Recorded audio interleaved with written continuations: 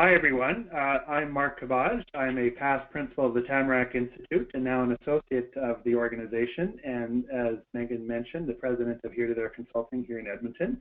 And I have the great pleasure today of spending time with and interviewing Adam Kahane, the director of Rios Partners. I'm going to just interview Adam briefly and then confirm how we're going to run our precious time with you today. And I've chosen to actually use Adam's formal bio, partly because I would start ad-libbing and talk about all the ways that Adam's had an influence on our work at Tamarack in general and my work specifically, but that would be a bit too personal, so I will go with the more public bio that is available to us. And allow me to read that for you.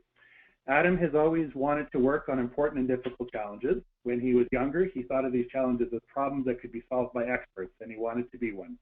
He studied physics at McGill, University of Montreal, and energy and resource economics at the University of California, Berkeley, and held a series of public policy research positions in North America, Europe, and Japan. Then he worked as a corporate planner at Pacific Gas and Electric Company in San Francisco, and as the head of the global social, political, and economic, environmental, and technological scenarios at Royal Dutch Shell in London. Adam's thinking about how to approach difficult challenges changed dramatically in 1991 when he helped a team of South African leaders think about how to affect the transition from apartheid to democracy. And many of us will have read the book Transformative Scenario Planning, where that's explored in more detail. He learned then and there that such complex matters are not simply problems to be solved by experts, but problematic situations to be worked on through by stakeholders. He also learned that diverse teams, made up not just of colleagues and friends, but also of opponents and enemies, the theme of our today, can do this work collaboratively. This singular experience transforms Adam's understanding of his vocation. So he then left Shell, moved to Cape Town, and threw himself into supporting collaborative efforts to address complex challenges. He there co-founded Rios Partners, which is a social enterprise that guides such efforts around the world. And if you haven't signed up for on their website for the newsletter, you're missing something. I would encourage you to do so. Over the last 25 years, Adam has worked in this way in more than 50 countries with executives and politicians, generals and guerrillas, civil servants and trade unionists, community activists and clergy. Along the way, he's learned that collaboration is not as straightforward as he thought it was, and this is true not only for extraordinary multi-stakeholder collaborations, but also for ordinary ones at home and at work. He's written 4 books, Solving Tough Problems, Power and Love, Transformative Scenario Planning, and his latest book, Collaborating with the Enemy, is the one we're going to talk about today. Adam is the director of Rios Partners, where his consulting, facilitating, and teaching all focus on helping work together to solve the most important and difficult challenges of our time. And he and his wife, Dorothy, have 4 children and 9 grandchildren, and all of whom live either in Cape Town or Montreal. Adam, thank you for joining us today. Thank you. And you are in Montreal today. I am in Montreal, in beautiful summer Montreal. Adam, last time we met, we were in Edmonton actually, and we were talking about your other books. And I remember reflecting at that session, you were with several hundred Tamarack participants at a conference, and I was thinking, boy, how much this is so comprehensive, your thinking on these topics. I actually remember saying to Paul, I don't think he can write another book. I think he's got so much said in these books. But you did indeed spend time writing a book. You engaged a lot of people in the process online, which was a terrific experience for those of us who were involved to see the work emerge. Why the itch? Why this book? Why now?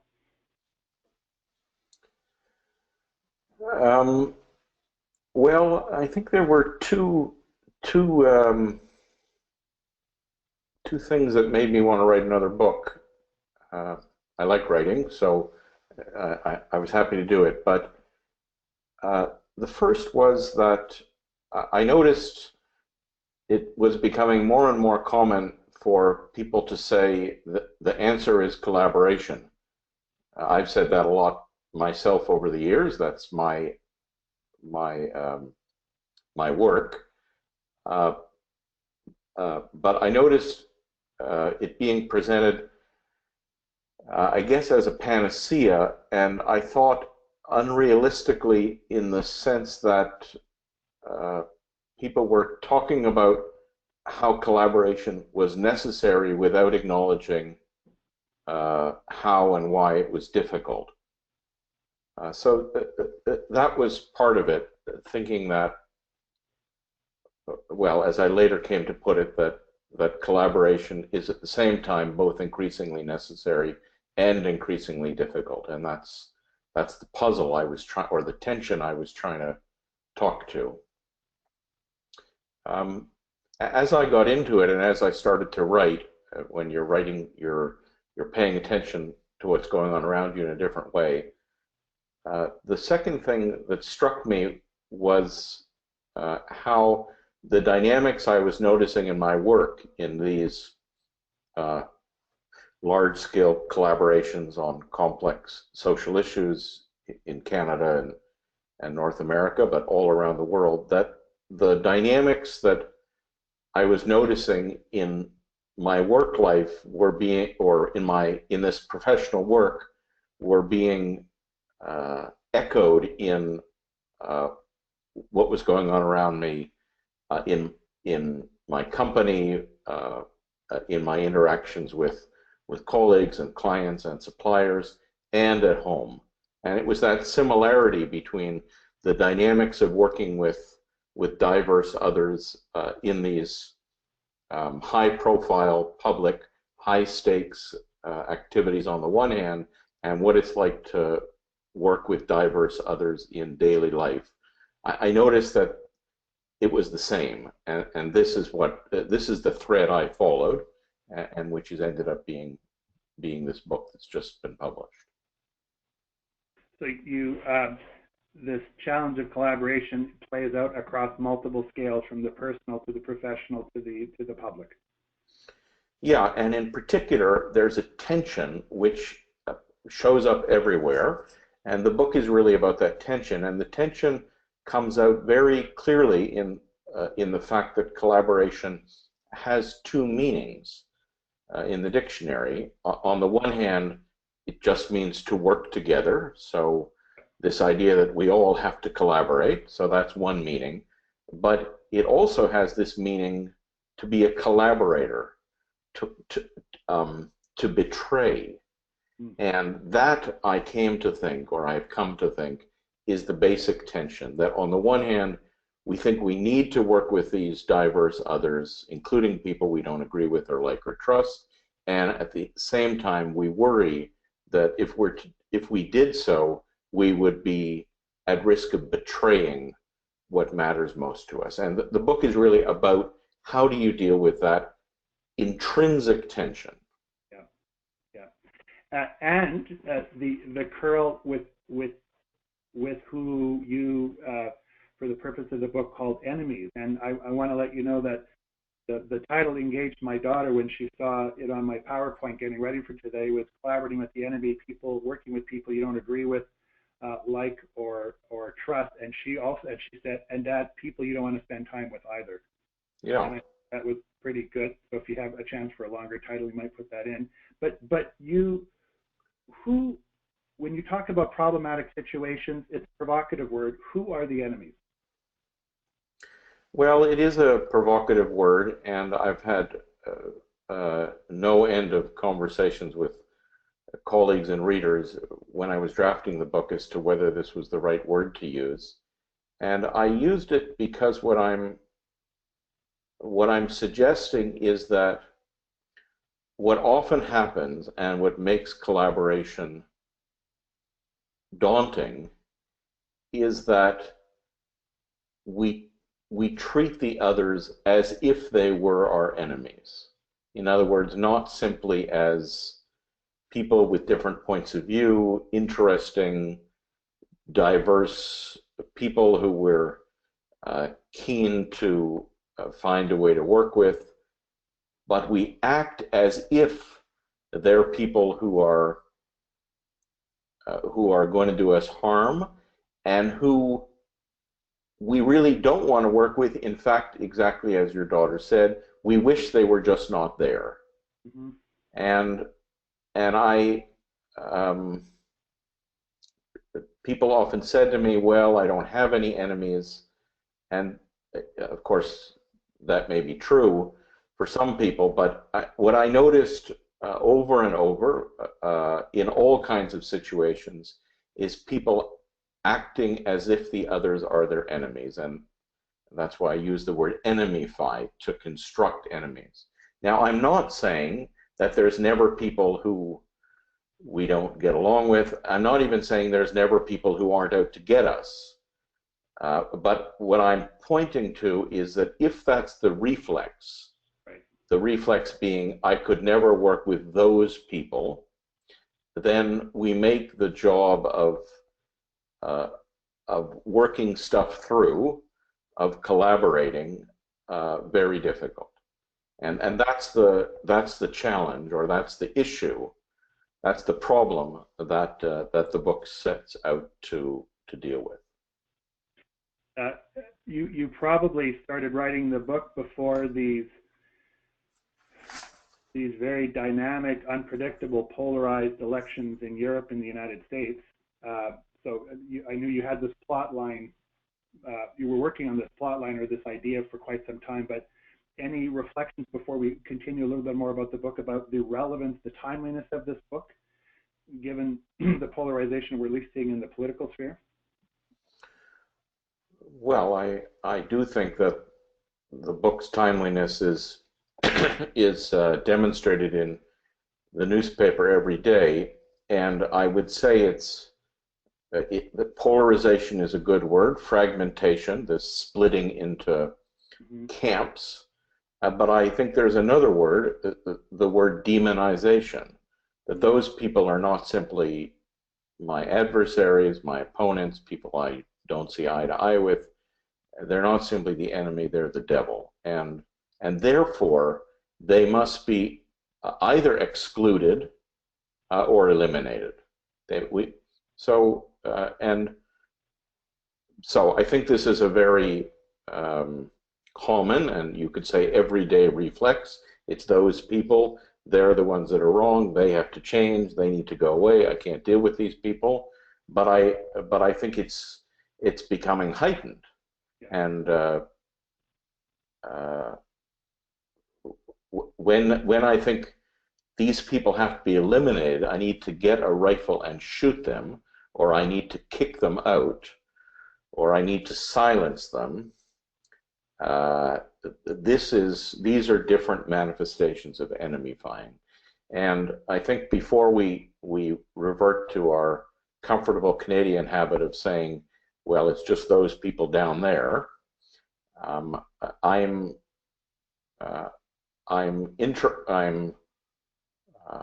wondering the extent to which this is happening or will happen also in Canadian political and social life. Yeah. I believe you used the word enemifying in the book as well. Yeah. We're going to, Adam, just for all the people listening in, we're going to spend a little bit of time just on two questions that reveal some of the content of the book, sort of the major characteristics or the messages in the book, but we'll give you enough to taste it, and then we're of course encouraging you to read more deeply into the book.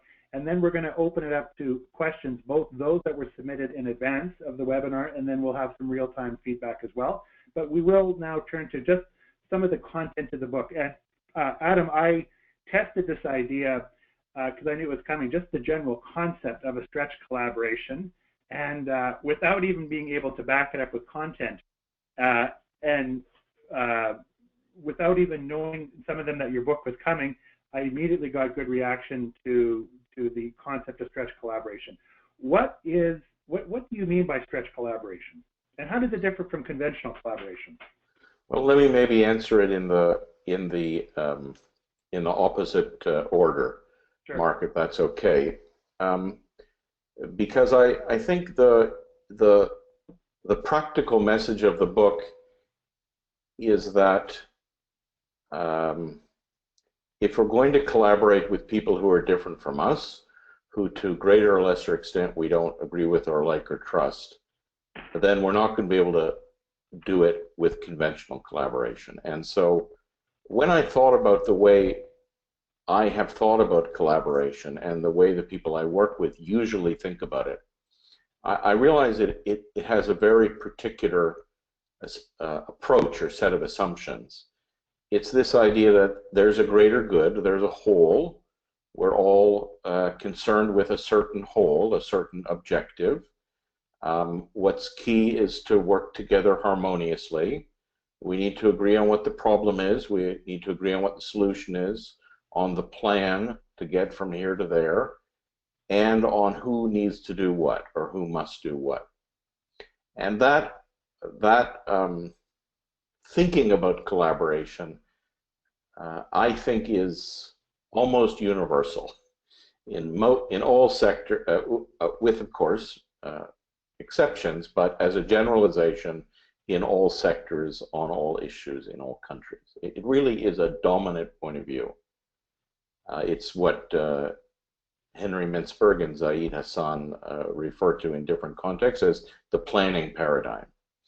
And what I realized is, and it assumes above all that we can control the situation, that we can control especially who's going to do what. And what I realized is that that assumption is almost never correct, and is never correct in a complex and conflictual multi-stakeholder contexts.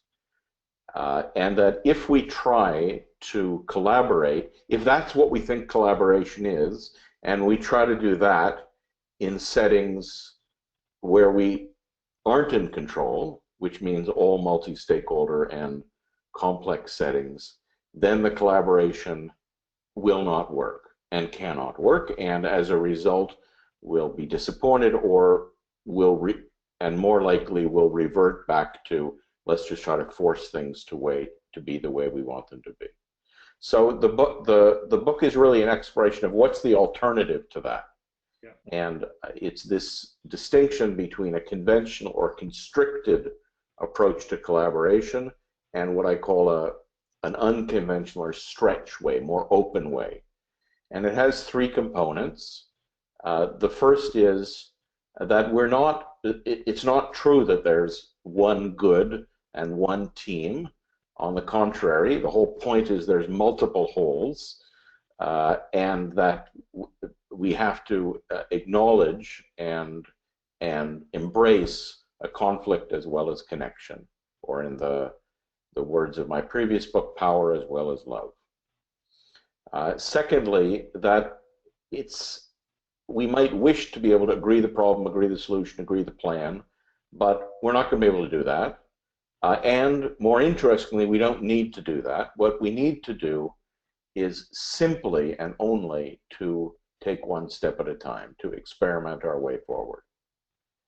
And thirdly, the assumption that for things to change, people have to change, which is code for those people have to change. The alternative is to say, I'm part of this, I need to step into the game, willing to change myself. So those are the three elements that I've labeled stretch collaboration. In every respect, they're the opposite of conventional collaboration, and specifically, or at a more abstract level, they're all about moving from there being only one team, one objective, one plan, one boss, to a plurality of wholes, plurality of possibilities, plurality of creators. So the one word that summarizes stretch collaboration is the word pluralism. And I think that's a word, and here I'm quoting Khalil Sharif of the Aga Khan Foundation, this is a word that has some special significance in Canada.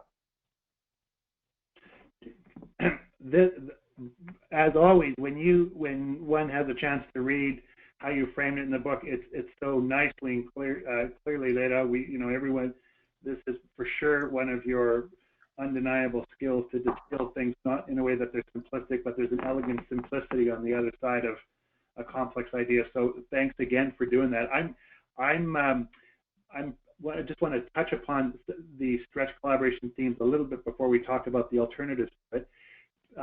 Adam, you are so right in saying that we live in a world that privileges plan the work and work the plan paradigm. And Brenda Zimmerman, who left us several years ago, who passed on, was fond of saying she was stunned at the resiliency of that paradigm in all circles, and that the alternative could not be so counterintuitive, but it was countercultural to be, for example, experimental. Can you share with us an example of where you see, and this touches on some of the stories in the book, where you have seen stretch collaboration in action? And they might be revisiting some of the stories we're familiar with, but with new light, or you might be seeing other things where people are experimental, they lean into the game, they're okay with conflict and dissension as part of the work. Well, I had an interesting conversation, I guess it must have been 6 months ago. Somebody asked me what advice I would have for Prime Minister Trudeau. This was the week before he and some of his cabinet were going to make their first trip to Washington to see newly elected President Trump. And the answer I gave was, I didn't have any advice for Prime Minister Trudeau. And I think that what I'm calling stretch collaboration, which seems so counterintuitive to many of us who plan the work and work the plan, is actually obvious to politicians and diplomats. I think it's a I think, I think, and many people think that first visit was really done very skillfully in the following sense, that it really, I say in the book that there's 4 options: collaborating, forcing, adapting, and exiting. Yeah. And the Canadian government really doesn't have the option of forcing. They can't make the American administration do what they want. It would be abdication to just say, we'll adapt, we'll go along with whatever the Americans want. We can't exit. We can't exit the continent. We can't exit the relationship. It's not feasible. So the only option for the Canadian government was to collaborate, and the question was how. And what I thought was so skillful is the Canadian government didn't follow the provocations of hard-headed citizens of saying, you don't agree with the Trump administration, so how can you even talk to them? It was obvious to the politicians and diplomats in that case, as it is in many cases, that we have to find a way to work with these people. There may be many things on which we don't agree with them. We may not like them. We may not trust them. But the question is, what can we do next? How can we find our way forward? We can move on this file. We can move on that file. We can try this. We can talk to these people. So it's this whole idea of feeling your way forward. There was a wonderful quote of the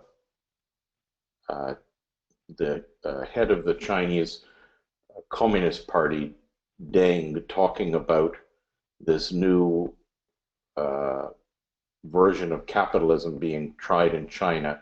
And he said, we're crossing the river feeling for stones. So that's the opposite of plan the work and work the plan. We're crossing the river feeling for stones. Yeah. And I actually think politicians and diplomats understand this. It's the rest of us who imagine, no, we have to agree, we have to set it all out, or we can't do anything. And so this book is making that point. Yeah.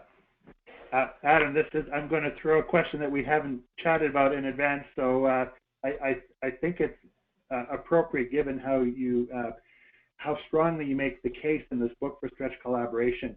If sort of discipline and accountability and rigor is so often associated with the plan the work the plan conventional collaborative approach, what does discipline and rigor and what does that look like for stretch collaboration? How do we, for those who think, man, feeling for stones and engaging in processes that may not lead anywhere, etc., is a form of non-discipline, is a form of just fluff. I think you know where I'm going with this. What does discipline look like, or rigor, or accountability in this new way of thinking about collaborating with people you don't like, agree with, or trust? Well, for me, discipline and rigor means the important question is, are we achieving what we've set out to achieve? Yeah. Not did we follow the plan, not did we meet the milestones, but are we getting to where we're trying to go?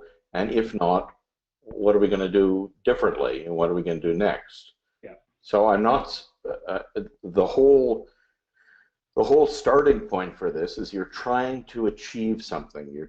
You have something you're trying to do. It's true that you may change your idea of what you're trying to achieve as you go along, but you're trying to achieve something. Yeah. And to do that, you think you need to work with others. You know you need to work with others. You may wish it wasn't these people, but these are the people that you have to work with to get where you're trying to go. And the discipline is, or the rigor is, am I making progress? And if so, what am I going to do differently? So, I think in a way it's a very particular kind of discipline to say, hey, I thought it was like this. This isn't working. I know I said I was going to do this, but I'm not going to anymore because it's not working. Yeah. And I was wrong, or it didn't work. Let me just say it didn't work. Yeah. So how about this? Yeah. But also the humility to say that we can sit in a planning meeting for an hour or a week or a year and agree everything and have no idea whether it's going to work. In practice, we don't know what's going to work. So we're just pretending if we say we have a plan, you're going to do this, I'm going to do that, we're just going to keep going. That's not discipline, that's pig-headedness. So I think the discipline, the hard discipline is, or the rigor is to acknowledge what's working and not working, and to have the openness to say, well, okay, what do we do next? What's the alternative? What's the change? And what do I have to do next? Thank you for indulging me on that question. I feel it's something we need to be, as a field of people who want to, anyone who wants to make change at whatever level, we need to be more coherent about that. And you've given us some of the things to think about, and that might be yet another book, Adam. But it's certainly you've given us a sense of what discipline looks like in this book. I want to ask you to one more time repeat, if you might, the alternatives to stretch collaboration. You used it in the example of Prime Minister Trudeau going south, but if faced with the alternative to, or feeling that stretch collaboration is not possible, or one is not up to it, can you just remind us what the alternatives were? You mentioned two, but I believe there were three. Yeah. So this is one of the parts of the book that I think is most important, is we can't really talk about how to collaborate, conventional collaboration, stretch collaboration, whatever, if we don't understand and think clearly about the alternatives to collaboration. And I think there are always three alternatives, or there's always some of the following three alternatives. And part of my antidote to this collaboration as panacea is to ask people to be disciplined about thinking, is collaboration the option I really want to try in this circumstance? So the three alternatives to collaboration are forcing. So there's a way I want it to be, and I'm going to do whatever it takes to make it the way I want it to be, using my ideas or my money or my authority or my votes or my weapons to make things the way I want them to be, regardless of what anybody else wants. And one of the points I make in the book, which took me a long time to come to, but I think is important, is I'm arguing that for most people, maybe not everybody, forcing is the alternative they would prefer. Actually, for most people, forcing is the default option, not collaborating. In other words, if I could have things if I could make things be the way I want them to be, without having to deal with all these other people who I don't agree with or like or trust, that's what I would prefer. The second alternative is adapting. It's when I can't make it the way I want it to be. I don't have the power to do that. I don't think I can influence it, so I'm going to adapt. And one of the things that changed in the book through the very helpful feedback I got on the early drafts from you and others, including some of the people on this call, is to understand that adapting is not necessarily easy at all. It often takes great wisdom and courage, and furthermore, most of the time we have to adapt. I can't influence what the weather is like outside in Montreal today. I can't influence what the border officials are going to be like going to the United States next week. I can't influence what taxes I'm going to have to pay next year. And this idea that I can make everything the way that I want it to be is absurd. Yeah. Jerry Grinelli, the great leadership thinker and jazz musician in Halifax, said to me once, Adam, most of my life is dealing with things that are not negotiable. So sometimes we force, sometimes we adapt, and there is a third option, which I didn't have in the early drafts of the book, but which is important, is to exit, which is to say, I can't make it the way I want it to be. I'm not willing to live with it the way it is. I'm leaving. I'm quitting my job. I'm emigrating. I'm getting a divorce, whatever. I'm out of here. And so the crucial point is we can force, we can adapt, we can exit, or we can collaborate. It's a choice. And it's absurd to say we have to collaborate on everything. It doesn't make any sense. We can't work with everybody on everything. We can't work with nobody on anything. So the real question is, on what things are we going to collaborate, and on what things are we going to choose one of the other three options?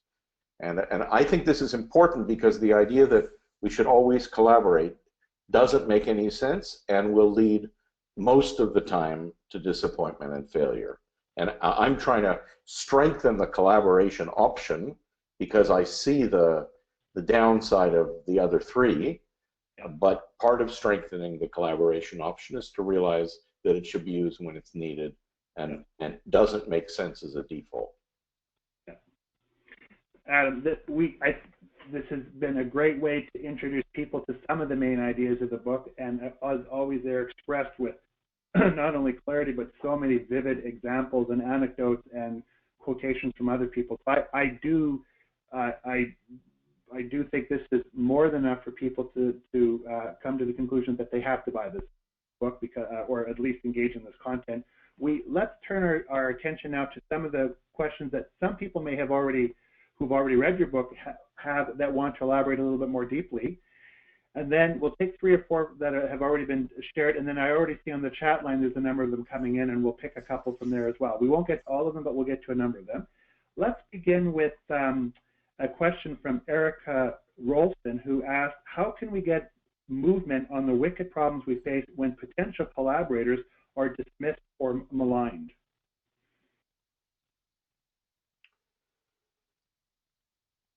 So the most common question, so this is one of the most frequent and I think most basic questions about collaboration, which is, how can we collaborate if they won't listen to us? That's how I think I understand this question.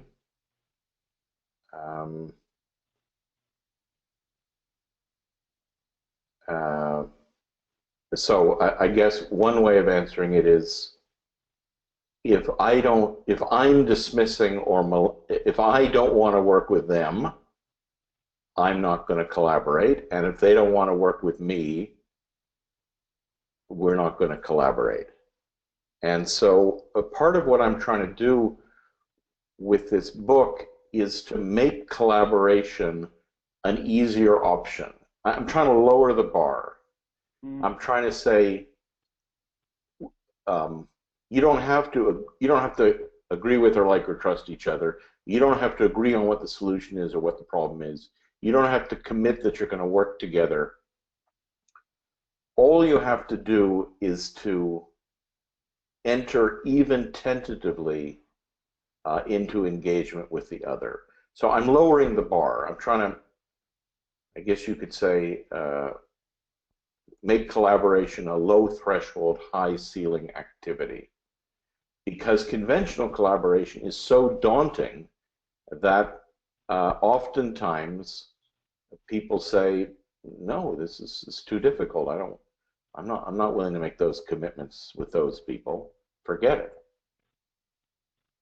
Yeah, actually, I think that's a very great image, a lower threshold and a higher bar. Start with something, and the fact that you don't even have to agree with the problem, that lowers the threshold even further. People come in with different definitions of what the challenge is and whether or not it should even be addressed at all. Yeah, low threshold, high ceiling. That's the, yeah. That sort of variation on a theme here, the not just being dismissed and maligned, but a question from Mitchell Rhodes: for the partners without power, or the same degree of power, I guess, what's the most effective tactic to counteract or subvert the power partners and the facade of collaboration? And we have a colleague who uses the word the cloak of collaboration, while others call the facade of collaboration, but where there's a lot of power behind it and maybe inauthentic engagement. Let me reread the question. What's the most effective tactic to counteract or subvert the power and the facade of collaboration? So I think that one of the things that took me a very long time to understand, and I relate this long and winding journey in the book, is I thought that collaboration meant not fighting. In other words, it meant emphasizing coming together or engaging or dialoguing, which fall under what I call love, and not asserting or fighting, which is associated with power. And I think this is a terrible mistake, really a common and terrible mistake. And so the main thing to understand is that real collaboration must acknowledge and embrace and work with difference and conflict. And if you rule that out, you say, I want to collaborate, but I'm not willing to fight. I'm not willing to be difficult. I'm not willing to walk out. I'm not willing to, collaboration can't involve fighting. I think this, well, this leads to what this famous sentence of Martin Luther King Jr., that power without love is reckless and abusive, and love without power is sentimental and anemic.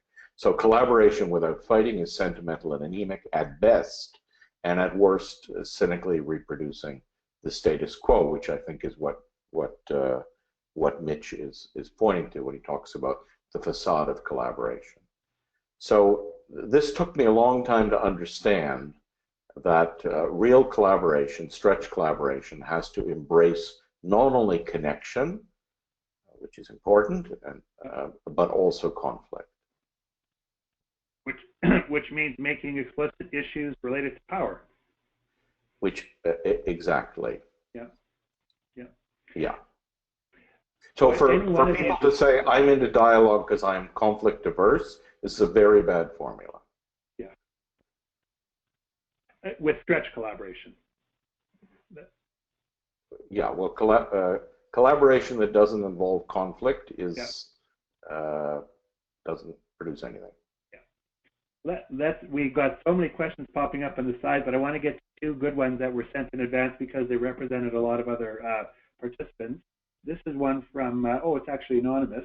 Elections often play out the adapting fighting polarity, and in his foreword, Peter Block, in one of his books, notes that most of our elections are variations of a no vote, and that's assuming people actually vote at all. In a time of low voter turnout and polarized politics and communities, what role can government play in stretching the culture towards meaningful engagement and citizenship? What can any of us do? Any reflections on this? Really about this gets back to what we started with, part of the political dimension of all of this. Well, just two short reflections. One, I remember what saying to an opposition leader in South Africa, or an opposition leader in South Africa saying to me, I'm happy to collaborate, but not during an election. An election is a zero-sum game. So it's not really true that an election is a zero-sum game. Sorry. Anyhow, so without going into that in more detail, but just to say that there's a time and a place for everything, and an election has a specific set of rules and a specific dynamic.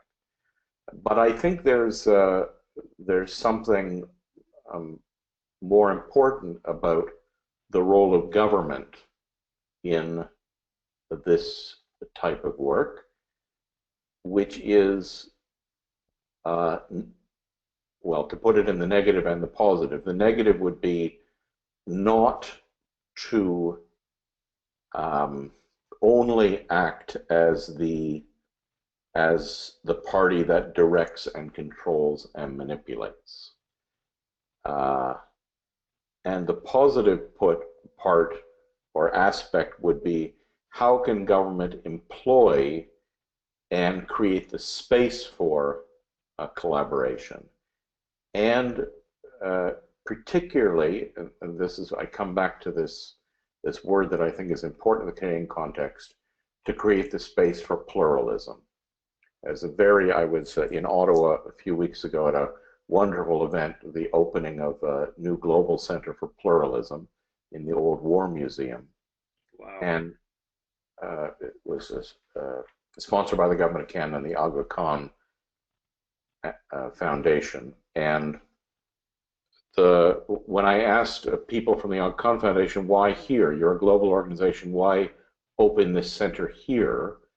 The answer was, in our experience, there's something in Canadian social and political culture that, at least on our good days, values pluralism, and this is something of the utmost global importance. So I think I want to come back to this contrast between conventional collaboration being unitary. There's one whole, there's one objective, there's one team, there's one leader, and stretch collaboration being above all pluralistic. And so to govern in a way that embraces pluralism, to me, is the crucial thing. Khalil Sharif, the president of the Aga Khan Foundation, said to me once, he said,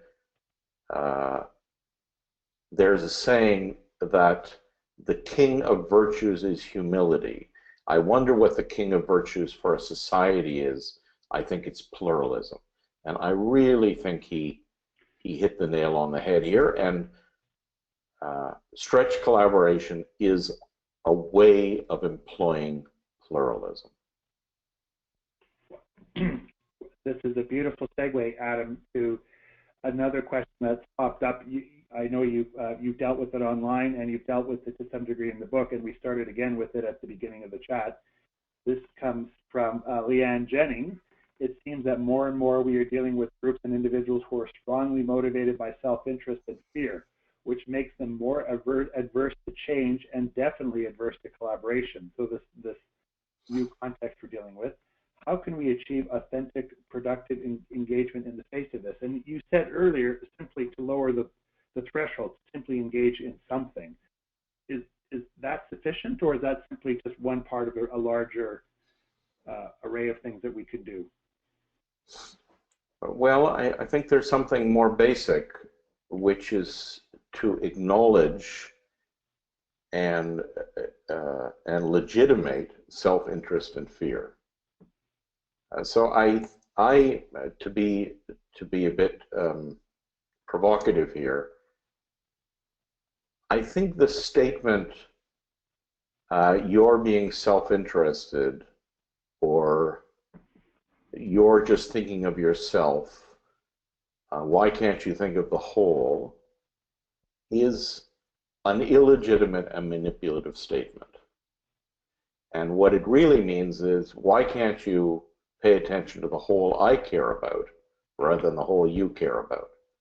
So for me, the starting point is to acknowledge that there's lots of holes here, and we're all protective of our holes, whether the hole is myself or my career or my organization or my family or my part of the community, and that's legitimate. And to say there's only one hole, the hole I care about, is anti-pluralistic.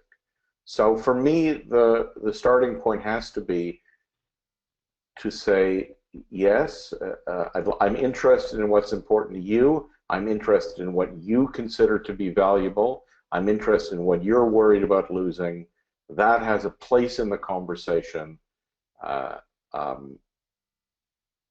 If I think that you are not paying attention to what's important to me, I will block you.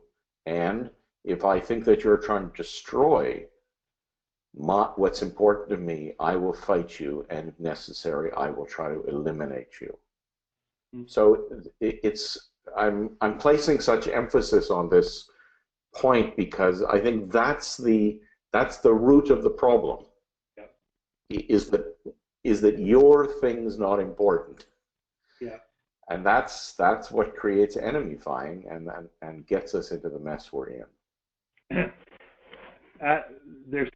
You'll notice I've never seen such good questions on a webinar, by the way, Adam. They're coming in, so we have an embarrassment. We have a high-class problem here picking from some of these, but I'm going to pick one from Karen Lonnie where I think this builds on your comment just now, simply about acknowledging the validity of different perspectives and worldviews and understandings of the whole and interest. Her question is, how do you deal with the intrinsic tension of collaborating and then the possibility of betraying your own work? And that seems like a strong word, to betray your own work, but it suggests that acknowledging is one part, but then finding a way to move together and to develop something together. Some people might call that compromise. Some might call it a fundamental betrayal of something. How does one weave together, above and beyond the acknowledgement of differences, any insights about balancing your own worldview, your own values, interests, and positions when you're in the thick of it trying to produce something together? Yeah, so I think it's a good question, and this is really the central tension of collaboration, which I explained with reference to these two meanings of the word collaboration. Right. And my European colleagues, particularly the French and Dutch colleagues, were violently opposed to using the word collaboration because it has, with the Second World War lens, such a terrible association with betrayal. But I kept it because that's the point. I'm well aware of the double meaning, and that's the point I'm trying to make. Yeah. So that's the difficulty about working with, well, anybody, but certainly people who are different from us and whom we cannot control, is this risk of betrayal, of betraying myself. And so the image I have is, this is simply, I do mean simply, about finding a way forward that acknowledges what's important to you and what's important to me. Mm-hmm. And this is why, again, I come back to this example of diplomats and politicians and Prime Minister Trudeau going to Washington. That's what they have to do. That's what he had to do. How do we find a way forward? And I don't have a problem with the word compromise. My publisher was initially very resistant to this book because he said, problem with books about collaboration is everybody thinks they learned it all in kindergarten, and also that it means compromise. Well, it does mean compromise. It means I'm not going to get things exactly the way I want them to be. If I could, and that comes back to forcing, if I thought I could get things exactly the way, if I thought I could get things to be exactly the way I wanted them to be, that's called forcing. Mm-hmm. But if I'm collaborating, I'm trying to find a way forward that acknowledges your needs and my needs, and that involves compromising, but not betraying. That's what makes it difficult. That's why it's crossing the river feeling for stones. And it seems to be, there's the way you frame that, there is a bit of a relief valve in the process, in that if you feel you are betraying something, or as Simon Chu put it, where compromise might lead to harmful results.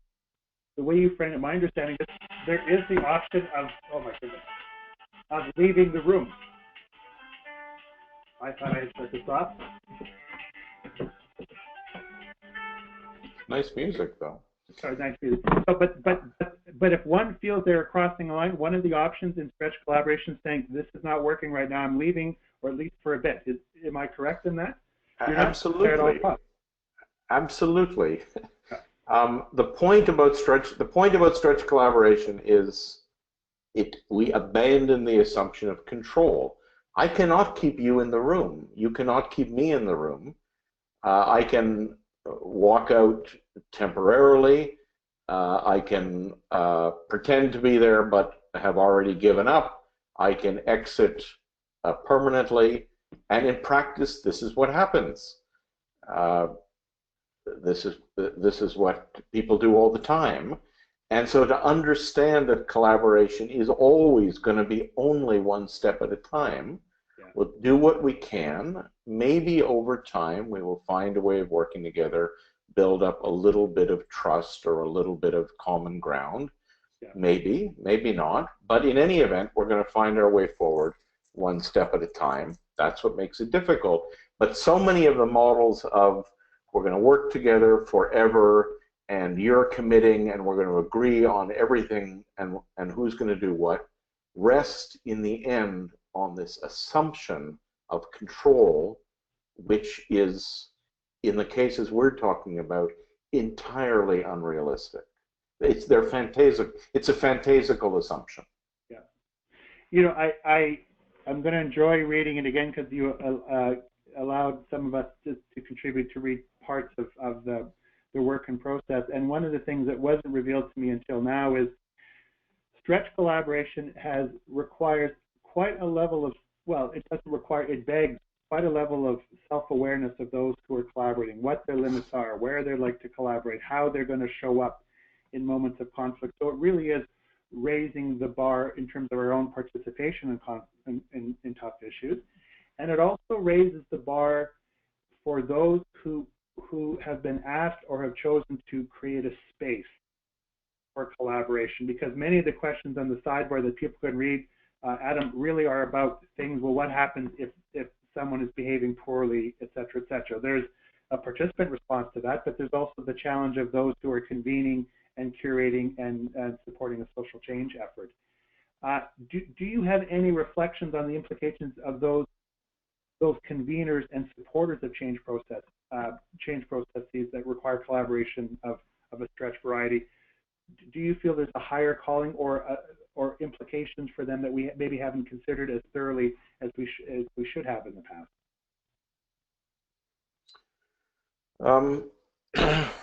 Well, yes. Two things.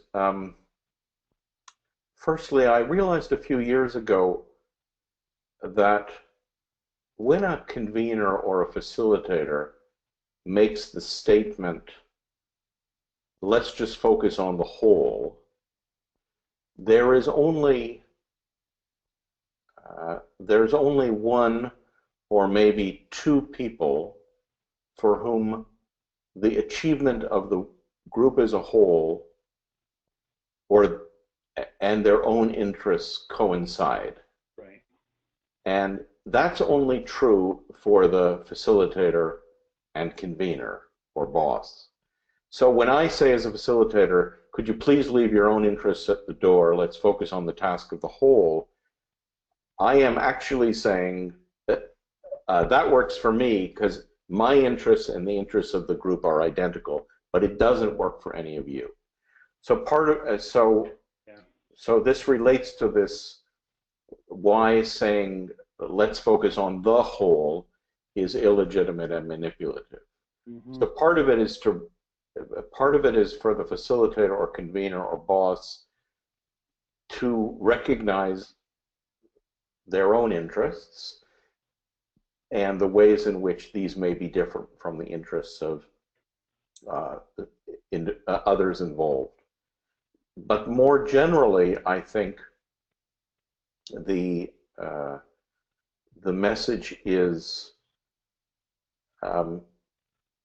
sort of this truism that you only have yourself as an instrument.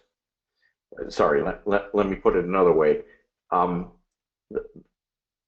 The trap that facilitators and conveners fall into is thinking, I'm above this, I'm outside this, it's those people that have to change. And the challenge, I think, is to step into the game and recognize that I may have a different role, but I'm a player in the system. What I'm doing is makes a difference. And furthermore, that the only thing that I have any control over at all is what I'm doing. And so let's be aware of it. Let's be aware of the impact. Let's be sensitive to it. Let's be reflective about it.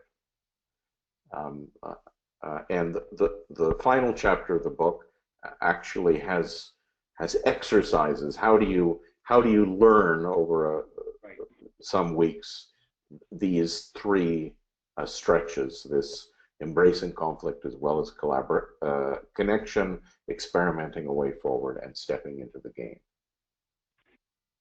Adam, thank you for reminding us that there's these very helpful, applicable sections at the end of the book, which really complete the whole story. So it's a magnificent piece of work. We are now at time, and I feel poorly about that. Not only because could we go on with the many more questions, but some of the questions that have just come in at the very latest have to do with one of the most challenging issues of our time, and that is reconciliation and dealing with Canada's colonial history, which possibly is one of the most important areas of requiring such collaboration in Canadian history. So I feel poorly that we can't entertain that, but I'm going to ask the organizers to consider that this is a topic that's worthy of consideration in a follow-up webinar that deserves its own time and attention, but this would have been a nice one to finish with. Adam, thank you again. The world, those who are interested in shaping, not enduring their future, await your books and your thoughts, because you're prophetic in the sense that you make sense of things that many of us in the field struggle to make sense of, and really appreciate when someone takes the time and energy and the commitment and the authenticity to make these things a bit more coherent for us. So thank you so much for the book. Thank you for the webinar. And I'm going to turn it over to Megan now, who's going to take us on out. And I'm going to hear and talk about the next session. And I'm really going to encourage people, if you're going to buy just one book this year, let it be this book, because it's worth it. Thank you, Adam. Thanks, Mark. Thanks very much. Over to you, Megan. Thank you. Yeah, thank you so much, Mark and Adam. This has been such an engaging and dynamic conversation.